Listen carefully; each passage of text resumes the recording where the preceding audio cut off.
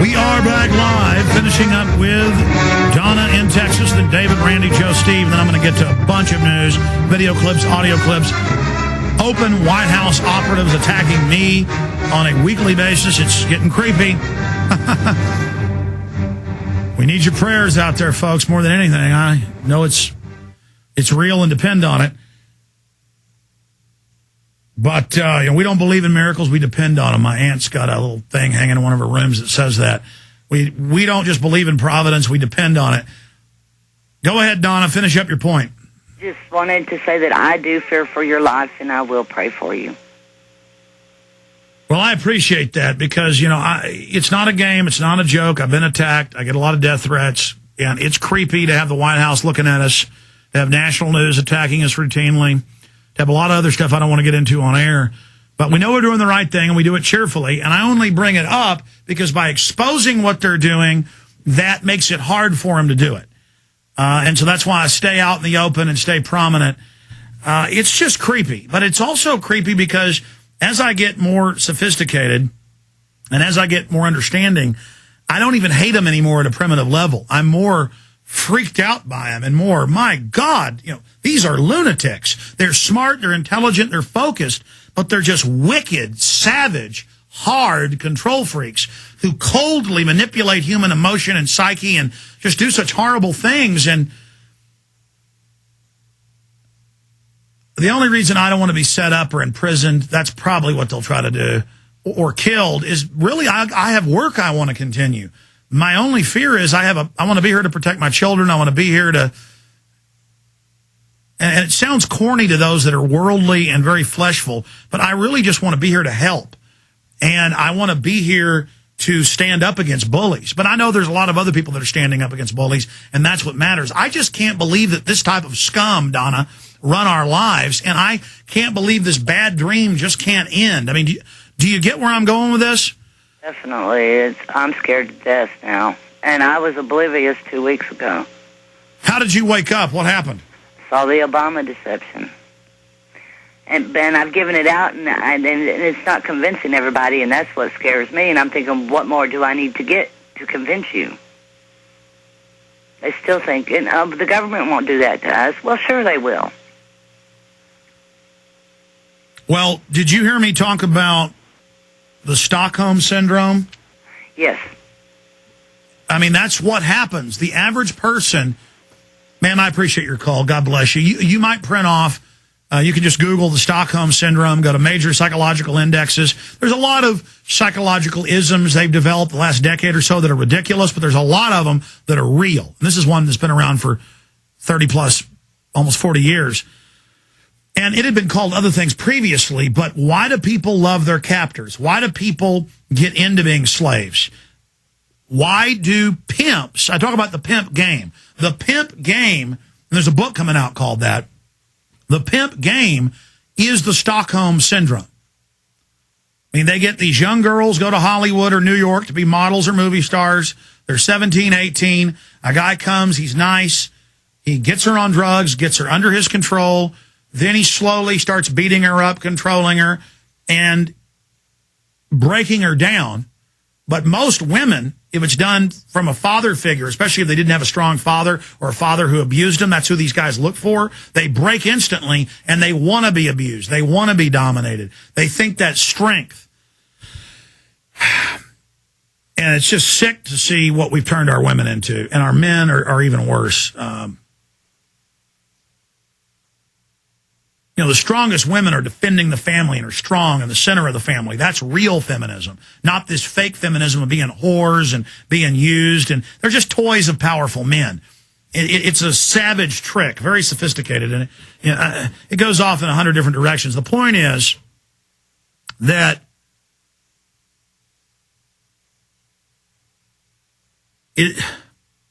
I got lost in the train of thought from my original thought. Oh, the pimp game. That's the Stockholm Syndrome. He's burning you with cigarettes. He's beating you with a coat hanger. He's, bitch slapping you, all of that. They like it, folks. And the American people, American men, I mean, I see these guys walking out of Mexican food restaurants or out of steakhouses, and they're all acting tough, and they're looking at you, making sure you're not looking at them, or making sure, you know, you'll be walking down a path, and guys that are bigger, they'll kind of walk in your way. And if you're polite and gentlemanly and try to get out of their way, they kind of, ooh, I was just powerful just then. But they let the government shoot their kids up with poison. They let the government put poison in their water. They let the government spray them with chemicals. They let the government have unconstitutional taxes. A cop pulls them over. You see these big men just shaking and scared. They are facsimiles of warriors. They are facsimiles of men. A real man, a real warrior is understanding and calculating and realizing how society works and has discernment and is gentlemanly and kind and loving, but at the same time can just unleash absolute savage attacks on people at a moment's notice if they have to. Not strutting around going, tough all day. That isn't what a warrior is. And women, it's not beautiful how they're all trolloped up like insecure whores. That's your modern feminism. Instead of their powerful spiritual strength flowing out, energizing, and giving life to the family and the society. It's just the enemy knows all of this, and they're scared of your power, and they try to neutralize you and make you feel weak and insecure. You have the energy of the universe in you. You are made in the image of the creator of the universe. And even if you don't believe in God and all of that, look what humans can do. We're flying around in airplanes, computers, technology, science.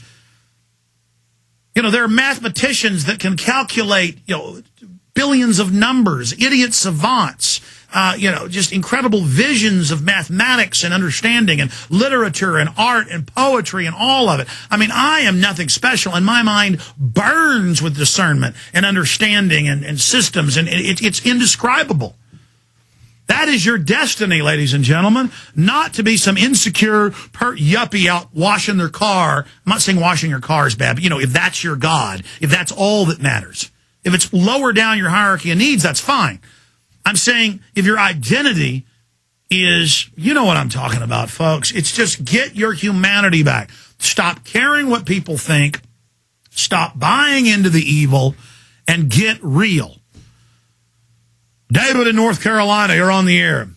Hey, Alex, how are you? Good.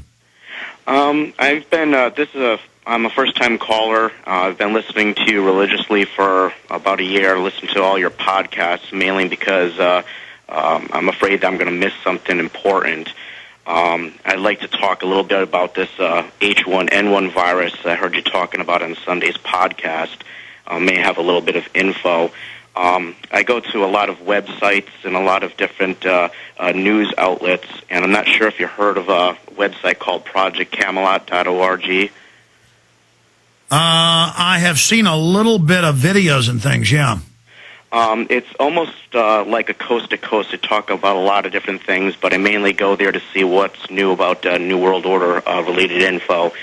And they had a guest speaker on. His name is Burke Elder Hale. And I guess he knows and talks to a senior biochemist from a major pharmaceutical organization. They won't say who it is, but because it's pertaining to vaccines and H1N1 virus, I don't think it takes a rocket scientist to figure out who they're talking about. But basically, Hale is saying that this senior biochemist was telling him that these chemtrails, which have been out for many, many years that people have been inhaling, are what's considered an aerosol precursor. And it's a binary weapon. Correct. And but I don't need to have some unconfirmed source to do that. We have the research, the evidence. I had a team for a week in California with the scientist, with the medical reports, with state reports. We've got just reams of it and 65 hours of footage, 64 hours of footage out there. And let me comment on that since you bring it up. I appreciate your call. Number one, when you mention that particular source, I've seen some interesting things. I've also seen some pretty far out stuff. So I'll just say that. I don't really use that as a source. Nothing mean to deal with that. It's just that I think it's important to have some sources that get into anything and everything.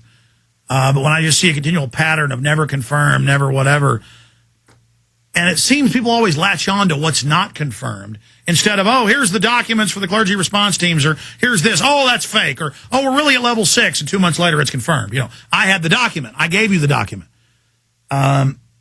Yes, binary weapon system. That's certainly part of it. But there's multiple programs with the aerosol programs that are going on. There's a whole bunch of different programs, and hundreds of them are public. I mean, just search engine, a term like biological test over Oklahoma bacteria sprayed, or biological test over Texas bacteria sprayed, or biological test bacteria sprayed New York. Doesn't matter what state you're in, you're going to find an article.